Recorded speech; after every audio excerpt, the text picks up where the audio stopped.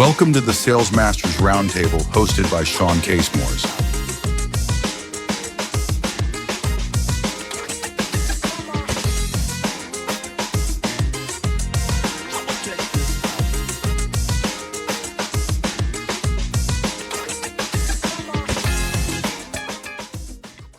Thanks, everybody, for joining us on another episode of the Sales Masters Roundtable. Today, my special guest joining us is Magalie Jackson. Magalie, thanks for joining us here on the Roundtable.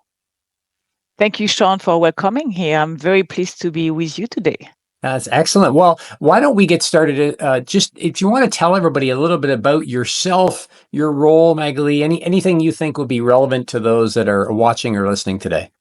Perfect. So I'm Magalie Jackson. I'm born and raised in France, moved to the US. I spent about 15 plus years working in business development in the US and moved about 3 years ago in Canada. My background is in international business. I've been working on sales team and business development strategy, go-to-market strategy for almost 2 decades. Wow. And the main aspect of the role was to help mid-sized European company to grow their business in North America.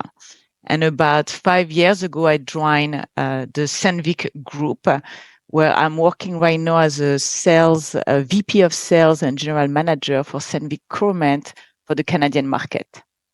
Excellent. So that kind of brings me to my next question is what got you started in sales? How did you end up moving into a sales role? I don't want to say over 2 decades ago, but some time ago.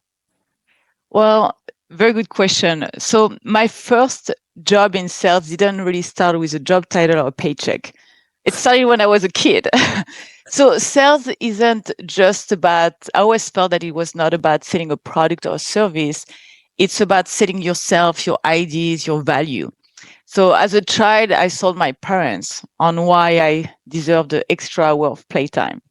I believe that every step in life requires persuasion, confidence, and the ability to communicate value, leveraging all sales skills. So by the time I really step into my first official role, sales role, I realized that I've been in sales pretty much my entire life. So really the ability to connect, influence, and solve problems was really key for me and shaped my relationship opportunity and pretty much my future. But if I look at my first job associated to a paycheck, I was 16. So I was 16 years old and I was doing cold calling for pest control treatment back in France. And I enjoy several aspects of it. So handling rejection, that was something I really enjoyed, believe me or not, but handling rejection and persuading my audience, that really helped me build confidence and the communication skills that I have today. And also the ability of adjusting my sales pitch based on my audience. So that's really how I started sales in a nutshell. That's a hard way to get started, I would think, especially today when you hear of so many people say, "Oh, cold calling, it's so difficult. I don't want to do it. It's not effective anymore." Depending on what you sell, it can still be highly effective, but you have a very small window of time to convince that person not to hang up or not to leave. So that would have been I guess, school of hard knocks from the standpoint of learning sales. It definitely taught me resilience, that's for sure. Oh, and quick thinking, as you mentioned. You have a very short window, so you have to be very quick on your feet. Yeah, absolutely. Well, so you're leading a sales team today. What inspired you to move into sales leadership, or to say, or was it something that just naturally happened? Well, selling has always been a lot of fun for me. It's fun, excitement. I love selling. I always will love selling. My adrenaline goes up. I enjoy the challenge that selling brings. So I really wanted to share my experience with others.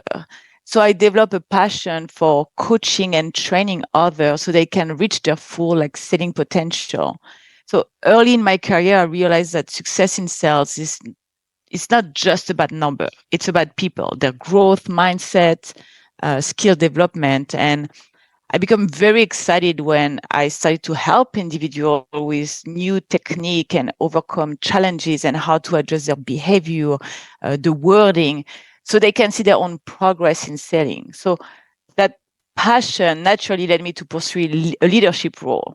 And as I advanced in my career, I wanted to have a direct role in guiding a team, providing them with the tools and the knowledge that made me successful as a salesperson. And I wanted them to experience that adrenaline, that excitement that I was experiencing when selling. So I think it was the natural way when you look at leading a sales team really allowed me to combine my love for the strategy, business development, and also my passion for selling and coaching. Oh, interesting. So tell us a little bit about your role. So today you do lead a sales team, obviously. Tell us a little bit about your role today and what that looks like as far as size of your team, where their locations are, et cetera. Sure. So right now I am operating as the Vice President Sales and General Manager for the Canadian market at Saint-Vic Coromant.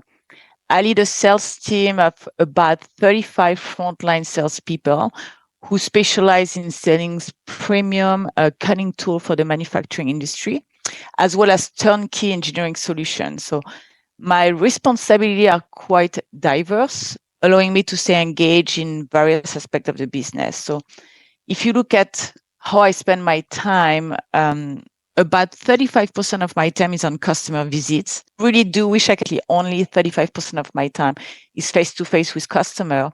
In that way, I ensure that we maintain strong relationship with customer and I fully understand their needs and the reality of the field.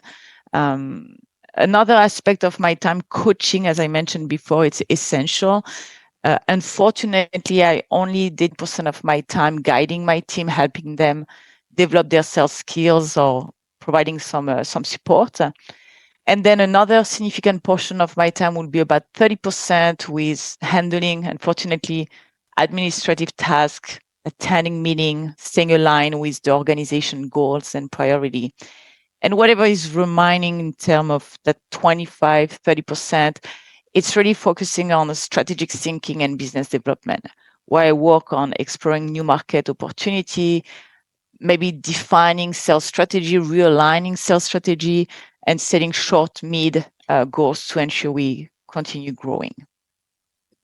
So then what is one of the biggest challenges that you faced as a sales leader today? I think today, when you consider the economic landscape, the biggest challenge that I've faced is really navigating a price-driven market while ensuring our team continue to sell based on the value we provide. So rather than simply competing on price, in today's environment, I feel like customers are often focused on securing the lowest possible cost.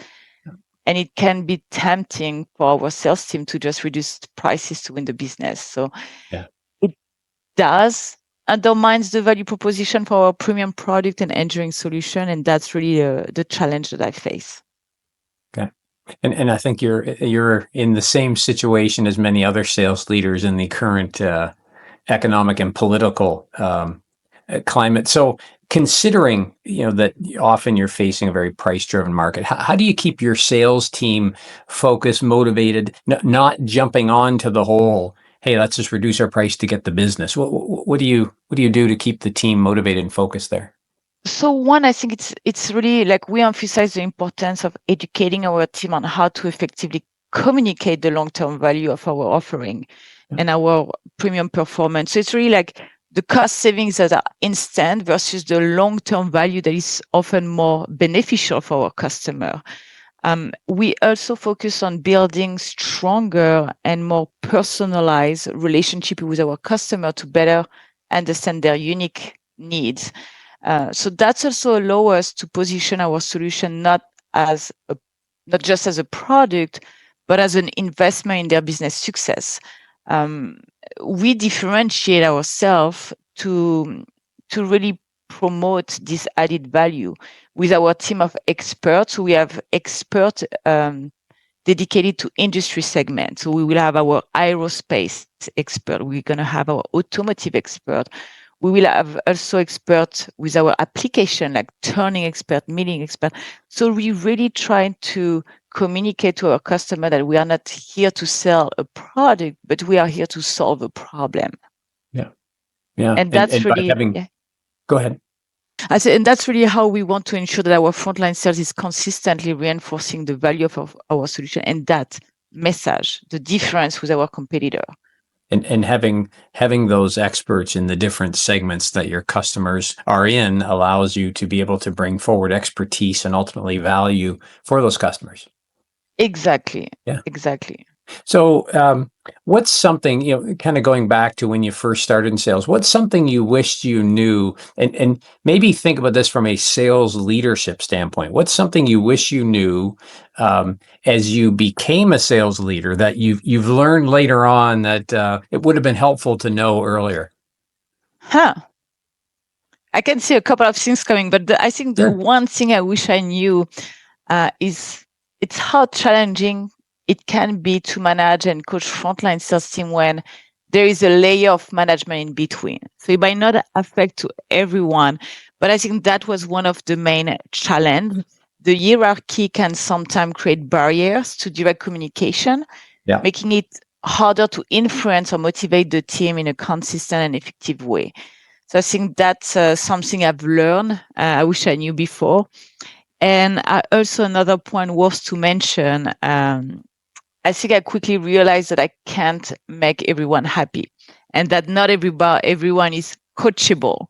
So while I'm passionate about helping people grow, some team members might not be as receptive to coaching or might not align with the approach we're taking. So this was a hard lesson to learn as I wanted everyone to succeed.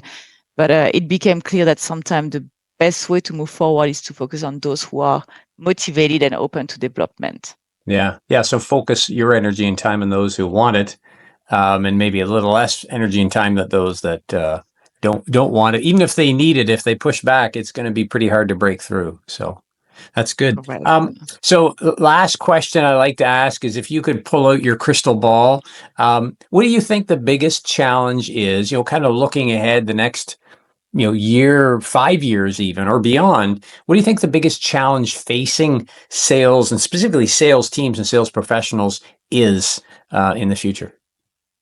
So I think when we look at the biggest challenge for the sales team, that also could impact different departments, but definitely for the sales team in the coming years, I think we will have to adapt to these rapidly changing market dynamics.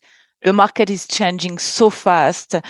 And when we look at particularly around technological advancement, for us, we're looking at shop floor digitalization, Industry 4.0, the impact of AI, especially for the sales team, the impact of AI and the new ways of working, leveraging these amazing tools. And that's also will impact our customer needs, how the customer needs going to evolve. And quite quickly.